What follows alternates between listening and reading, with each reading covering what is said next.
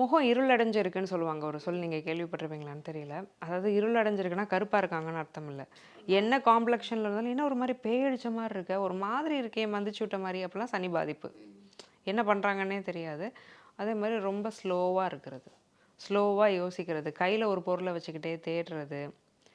பழைய பொருட்கள, கிழிஞ்ச ஆடைகள தான் அடிக்கடி போடுவாங்க. அசுத்தமான இடங்கள் வந்து பிடிக்கும். அங்க கம்ஃபர்டபுளா இருப்பாங்க. அதேமாரி கீழ வேலை செய்வாங்கல்ல, தனக்கு கீழ வேலை செய்றவங்கள வந்து மதிக்க மாட்டாங்க. தனக்கு கீழ வேலை செய்றவங்களால அதிகமான பிரச்சனைகள வந்து அனுபவிப்பாங்க. வீட்டு வேலையாட்களால பிரச்சனை. அடிக்கடி ஒரு வீட்ல வேலைக்காரங்க வச்சா, வேலைக்காரங்க தங்க மாட்டாங்க. நல்ல வேலையாட்கள் கிடைக்கணும்னா, சனி வலுவா இருக்கணும். வேலையாட்களால பிரச்சனை வருது. வேலையாட்கள் ஏதோ பொருள் களவு போகுது.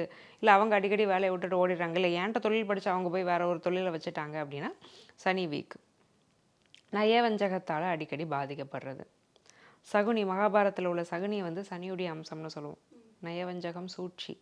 ஸோ இந்த மாரி நயவஞ்சகம், சூழ்ச்சியினால அதிகமா பாதிக்கப்படுவாங்க. கடுமையான மன அழுத்தம் இருக்கும். இருட்டிலேயே இருக்கிறது ரொம்ப பிடிக்கும். வீட்ல கர்டைன்ஸ் போட்டாலும் நல்லா டார்க்கா கர்டைன்ஸ் போட்டுப்பாங்க. எப்பவுமே வெளியில வராம உள்ளுக்குள்ளேயே இருந்துக்கிறது பிடிக்கும். நெறைய விஷயங்கள ரகசியமா வச்சுப்பாங்க. எதையுமே கண்டுபிடிக்க முடியாது. இதெல்லாம் சனியுடைய பாதிப்பு.